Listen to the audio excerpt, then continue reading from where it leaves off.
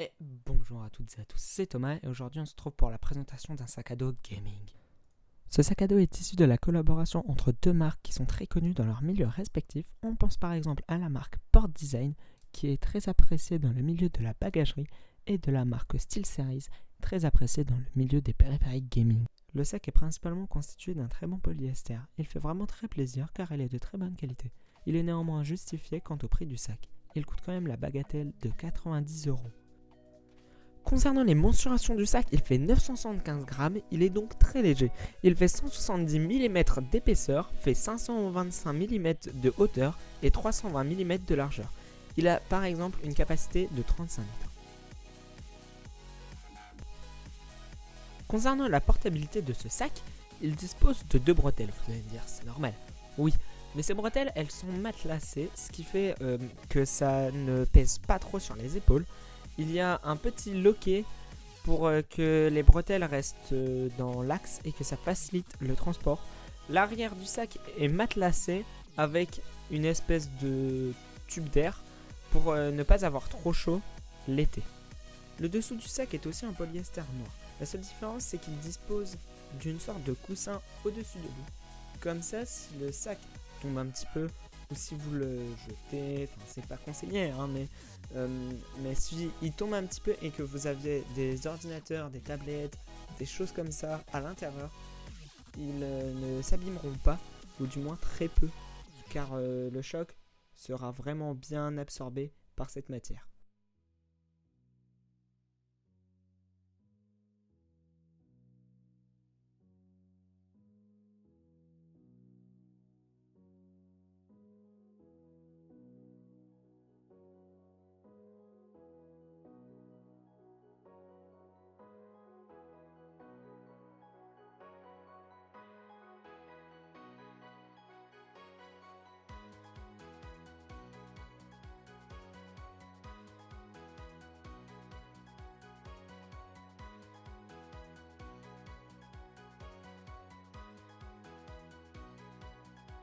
Le casque dispose d'une poche à l'avant où l'on pourra y loger son casque comme tout bon gamer.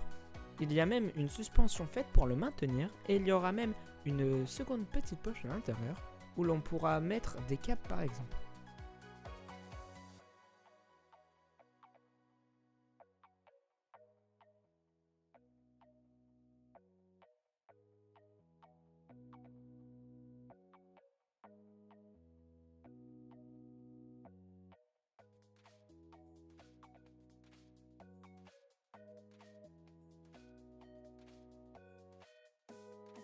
Sur le dessus du sac, on va trouver un petit emplacement où on pourra mettre traditionnellement une souris ou même rajouter quelque chose de plus à l'intérieur car il est très profond. Dans le plus gros et principal compartiment, on va pouvoir retrouver un emplacement pour un clavier qui devra faire maximum 52 x 25 cm.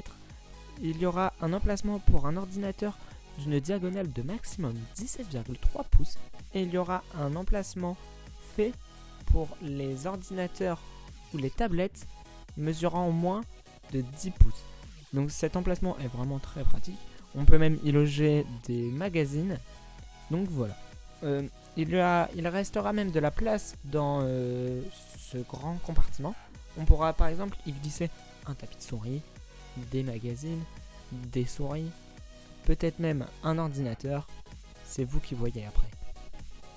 Le sac dispose d'une petite poche où l'on peut glisser son téléphone, ce qui peut être très pratique si on ne veut pas abîmer ses poches ou que le téléphone nous fait mal à la cuisse. Cette poche se situe donc à droite. En conclusion, ce sac est plutôt bien fait, l'architecture intérieure est vraiment très bien car elle peut être modelée par les petits murs, on va dire. On peut les modeler un peu à notre manière, ce qui est très pratique. Le polyester a donc de très bonne qualité comme je vous l'avais dit. C'est donc vraiment très bien. Il a l'air vraiment très robuste. De toute façon, je reviendrai avec une vidéo retour d'expérience avec ce sac car je vais bientôt partir en voyage et je vais donc pouvoir l'utiliser dans une utilisation de type nomade. Voilà, cette vidéo est terminée. J'espère qu'elle t'aura plu. Donc cette vidéo de présentation du sac de chez SteelSeries et Port en même temps. Si cette vidéo t'a plu, tu peux la partager, tu peux l'aimer, Tu peux me mettre un commentaire si tu as des remarques à faire pour me donner par exemple ton avis sur le produit et tu peux la partager sur les réseaux sociaux. Allez, c'était Thomas. Tchuss!